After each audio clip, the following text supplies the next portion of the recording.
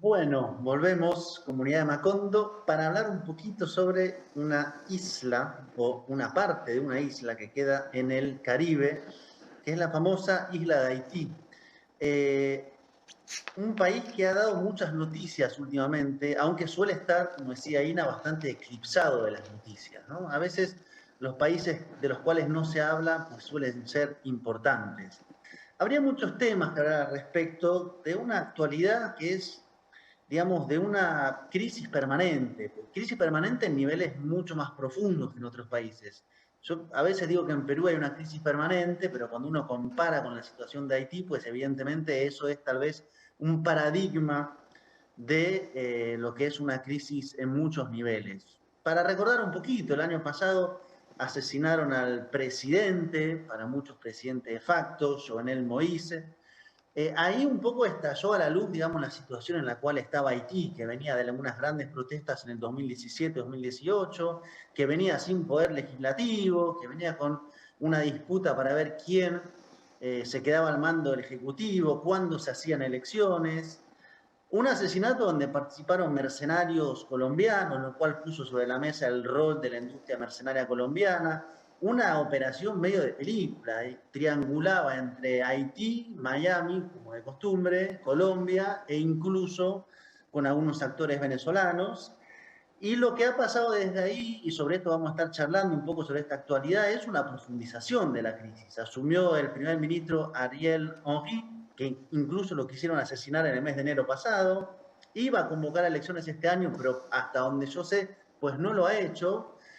Y se ha extendido un proceso de, no sé muy bien cuál es la categoría exacta, digamos, pero de bandolerización, de pérdida de poder del Estado en los territorios, con grupos armados que pasan a controlar la vida en muchas barriadas, pero en términos muy grandes, en un, digamos, caos sistémico, caos funcional, podríamos decir tal vez, ¿no? Esta idea de hay una suerte de crisis permanente que finalmente a algunos sectores les tributa. ¿Quién se beneficia de esta crisis que parece no tener fin? Pero bueno, para hablar de este tema, está con nosotros Lautaro Rivara, argentino, que ha estado en varias oportunidades en Haití, o sea que conoce de primera mano, y conoce no solamente estos grandes titulares, estas grandes como noticias que por lo menos a mí en lo personal no me suelen dar mucho optimismo respecto a los rumbos de la isla y su intervencionismo permanente, pero que también conoce la realidad de los movimientos sociales, tal vez de ese Haití que dentro de lo poco visible que es aún más invisible, que son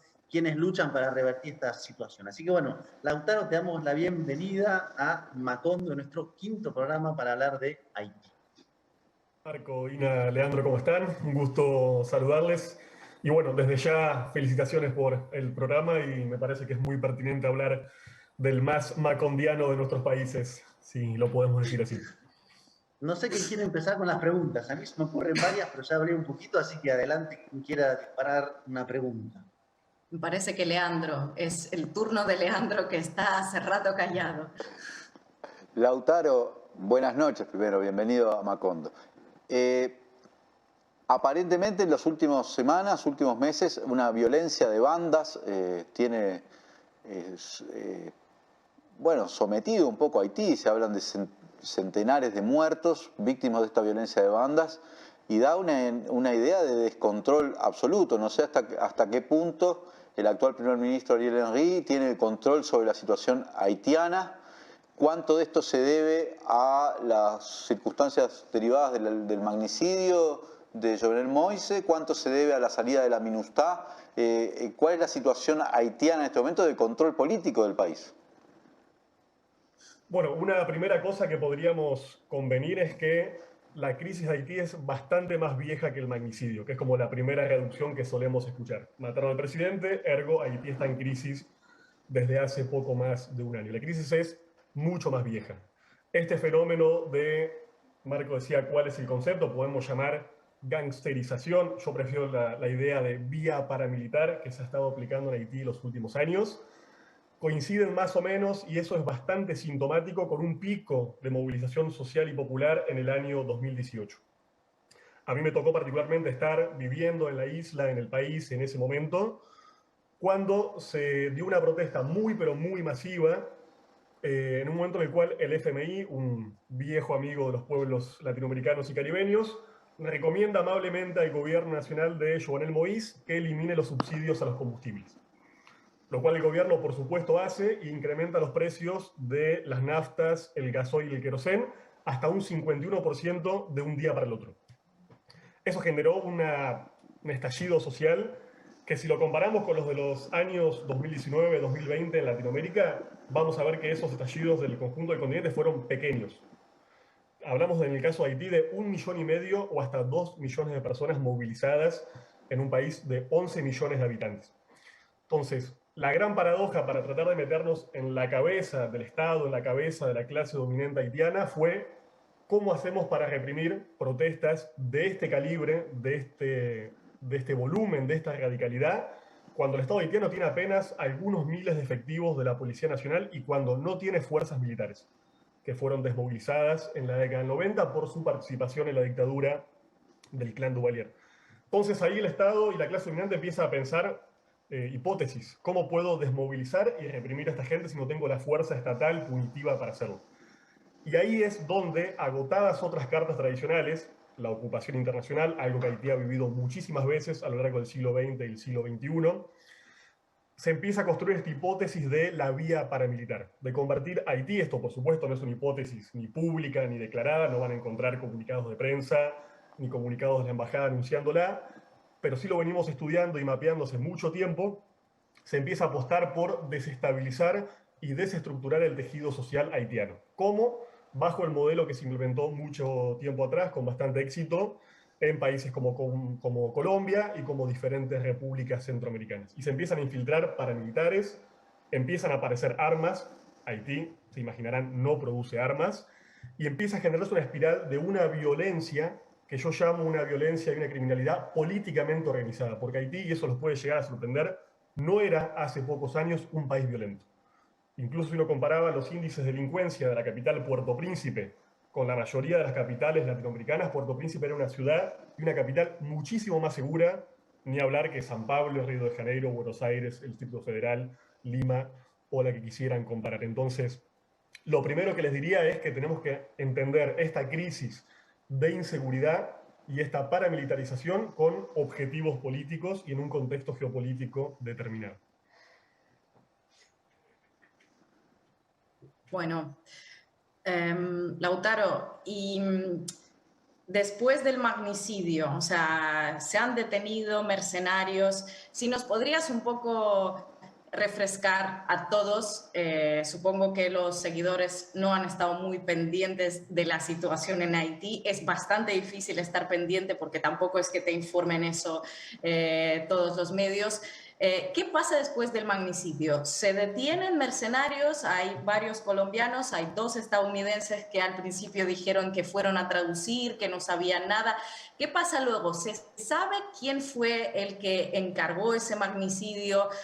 Si son grupos políticos, o sea, porque me acuerdo que hace un año hicimos una especie de análisis también de Haití, miramos el índice de aceptación de Moïse, que estaba en torno a 5% de aprobación y que lo había votado, no sé si 600.000 personas en un país de más de 11 millones de personas, de habitantes. Entonces, cuando empiezas a mirar, te das cuenta que, bueno, seguramente ha tenido muchísimos enemigos, ¿no? ¿Está claro ahora mismo, a un año después de lo que pasó, quién fue el que encargó ese asesinato? Mira, hoy lo que sabemos es muy poco. Tenemos hipótesis. O sea, seguimos sabiendo muy poco, ¿vale? Yo creo que el hecho de que sepamos poco nos dice mucho, digamos. ¿Por qué?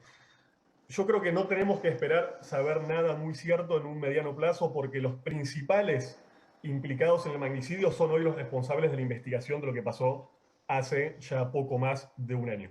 Hablamos, y vos lo mencionabas muy bien, de, primero, la clase política haitiana, el gobierno que hoy se mantiene más allá del magnicidio de Moïse en el poder, el partido de gobierno, el PHTK, que está investigando el magnicidio. A un año de comenzar las investigaciones no sabemos absolutamente nada. Ya 6 jueces han tenido la causa a cargo y han renunciado por diferentes presiones, incluidas amenazas de muerte. El otro actor que está investigando lo que pasó en Haití son los Estados Unidos. Y vos lo mencionabas, y ese dato, ese pequeño dato es clave. Se habló mucho, obviamente fue un impacto tremendo y develaba, como Marco decía, esta trama paramilitar regional con los mercenarios y los ex militares colombianos, pero ese pequeño dato que vos mencionás se suele omitir. Dos de las personas, y no cualquiera, sino los dos presuntos responsables intelectuales del operativo que asesinó a Moïse el 7 de julio, eran estadounidenses. Se los suele esconder diciendo que eran haitianos, porque son de ascendencia haitiana, pero eran norteamericanos de ciudadanía norteamericana. Y eso es absolutamente clave. Incluso muchos de los implicados en el magnicidio fueron repatriados por los Estados Unidos para ser juzgados en su país. Ustedes saben, y este es un hecho bastante grave, pero bastante naturalizado en Centroamérica y el Caribe, que Estados Unidos se suele arrogar la potestad de capturar criminales o presuntos criminales en todo el mundo, particularmente en estas subregiones de nuestro continente, para juzgarlos por diferentes delitos internacionales, en general vinculados al narcotráfico. Digo, estas personas capturadas, también presuntas de estar implicadas en el operativo del magnicidio, digo, estos juicios en Estados Unidos tampoco avanzaron. No es que no avanza la justicia haitiana por incompetencia, tampoco avanza la justicia norteamericana. Entonces, insisto, es muy difícil que tengamos algún tipo de claridad de lo que pasó en esa noche, en esa madrugada, siendo que los investigadores son los propios implicados. El mismo día de hoy, ahora no tengo los últimos detalles porque acabo de llegar, había un motín en la penitenciaría de Champ de Mars, en la capital de Puerto Príncipe, donde 18 de estos sicarios colombianos están presos e incomunicados hace muchísimo tiempo. Dios no quiera que a esa gente le pase algo, porque yo creo que la presencia de esos sicarios está incomodando realmente a muchas personas, porque evidentemente poder contribuir a desandar, a aclarar esa trama tan oscura del magnicidio, acabaría evidentemente implicando a algunos actores que nos podemos atrever a decir que de alguna forma participaron. Los Estados Unidos, organismos de seguridad como la DEA y la CIA, el propio gobierno haitiano, incluso el propio entorno personal del presidente Jovenel Moïse. Se supone que la puerta de su casa fue abierta por su propio esquema de seguridad, por ejemplo, y que incluso algunos militantes y dirigentes de su propio partido habían prestado sus casas para que algunos de estos mercenarios organizaran el operativo que terminó con el magnicidio. Entonces, la trama realmente es muy espesa, los actores de poder que fueron parte del hecho siguen en el poder, entonces realmente es difícil que tengamos algún tipo de certeza, por lo menos en un plano judicial, y quizás el periodismo, la investigación, los organismos de derechos humanos puedan avanzar un poco más. Pero la justicia haitiana y norteamericana yo creo que realmente va a ser muy difícil que avance. Sí, incluso en su momento habían aparecido varias fotos de Iván Duque con algunos de los indirectamente o directamente implicados, ¿no? Ahí hay una contratista, tal vez hay algo que no se sepa mucho, pero que es bastante particular en Estados Unidos, que hay empresas, digamos, que se les dice contratistas, que básicamente te ofrecen servicios privados militares, ¿no? En teoría, después, el gobierno estadounidense tiene que dar luz verde para que se lleve adelante determinada acción o no. Es decir, yo soy una contratista, quiero hacer una acción en el extranjero de tal naturaleza, tengo que tener luz verde. Bueno, hay una serie de empresas, algunas de las cuales son venezolanas, y acá hay un señor que se llama Antonio Entriago, que además tiene que ver con la trama de la oposición más golpista en Venezuela, que aparecía fotografiado con Duque. Uno de los implicados es primo del que era el jefe de seguridad de Duque. Bueno, ahí uno empieza a ver que evidentemente la cosa, como adjetivo de Lautaro, es espesa y que hay una suerte de entramado que organiza estas acciones, algunas de las cuales suelen quedar, digamos, sin mucho resultado informativo porque suelen involucrar a varios actores de alto nivel, ¿no? Ahora, mi pregunta, y es medio incómoda, pero la voy a hacer igual, es la siguiente. Claro, si uno ve un Estado que no controla parte de su territorio, porque está en manos de bandas armadas, eso fue parte de una estrategia que vos decís que es para desmovilizar un poco todo el caudal que había de estallido. Ve un Estado que, como fue nombrado en un momento, es una república de las ONG, y lo digo con cierta, para meterle picante, digamos, que quiere decir que ya el Estado tiene menos financiamiento que las ONG internacionales. Si no controlás parte de tu territorio, o sea, no tenés el monopolio de la violencia, y no controlás parte de la finanza del Estado, que lo controlan más organismos internacionales que vos mismo, ¿hasta qué punto no estamos ante un Estado por lo menos parcialmente fallido? Claro, uno puede decir, lo hicieron fallar, pero ¿estamos ante algo parecido o no? Ya sé que es una categoría que después habilita justamente a hacer más intervenciones, por lo cual ahí es lo complejo de usar esa categoría. Pero ¿qué de eso hay? Miren, les redoblo la apuesta, digamos. El Estado en Haití no es un Estado, es un ente internacional de ocupación, antes de la ocupación. Así es concebido incluso por intelectuales y analistas del propio país. Hay que entender que el Estado haitiano es débil, yo les decía, en sus elementos coactivos, no puede reprimir una protesta. O sea, ¿de qué sirve un Estado que se precie de sí si no puede reprimir, que es lo que supuestamente ese monopolio de la violencia que mencionás, lo que define en términos modernos un Estado? Evidentemente es débil en términos de generar consenso. El Estado haitiano no otorga salud, no otorga educación, no otorga seguridad, control territorial, nada de lo que podamos definir como elementos consensuales de un Estado moderno. Y en Haití, históricamente, la sociedad haitiana, la comunidad, se ha valido por sí misma, con márgenes de autonomía y capacidades organizativas enormes. Muchas veces a mí me preguntan, bueno, ¿cómo pasó? ¿Qué hizo el Estado haitiano en la pandemia? El Estado no hizo nada. La sociedad, la comunidad haitiana hizo un montón de cosas para evitar el impacto de esa pandemia. Entonces, como vos bien decís, evidentemente hay un Estado que ha sido impedido en su constitución porque hay un interés de que esto pase. Yo cuando les menciono, por ejemplo, lo de esta vía paramilitar, esta infiltración de paramilitares que puede sonar a teoría conspirativa o algo difícilmente comprobable. Yo estuve con diversos compañeros, compañeras, colegas periodistas en los barrios populares donde se cometen y se cometieron algunas de las más emblemáticas masacres de estos grupos paramilitares. Y los habitantes de esos barrios populares nos referían con toda claridad que en esos barrios había paz, había tranquilidad, no había actores armados, no había armas, salvo los días que se convocaban movilizaciones sociales al centro político del país para protestar contra el gobierno, en ese caso Jovenel Moïse, hoy podría pasar con el gobierno de Henry. El día que iba a haber protestas y movilizaciones, aparecían los paramilitares, cerraban los barrios populares como si fueran un gueto, de hecho se les llama así, guetos, e impedían que la gente saliera a movilizarse, hasta que se acababa la movilización y de vuelta al barrio era liberado otra vez. Sabemos, se ha investigado, están las noticias, de que se han infiltrado equipos de telecomunicaciones, armas muy sofisticadas a un país realmente muy pobre y que el origen de esas armas y de esos paramilitares y exmarines son siempre indefectiblemente norteamericanos o haitianos con algún tipo de vínculo con los Estados Unidos. Entonces, esa es por lo menos nuestra hipótesis. En los últimos 4 o 5 años, esta ha sido una estrategia de desestabilización. Si vemos hoy las cifras vinculadas, por ejemplo, a secuestros, Haití hoy tiene más secuestros que en México, no en términos relativos, en términos absolutos.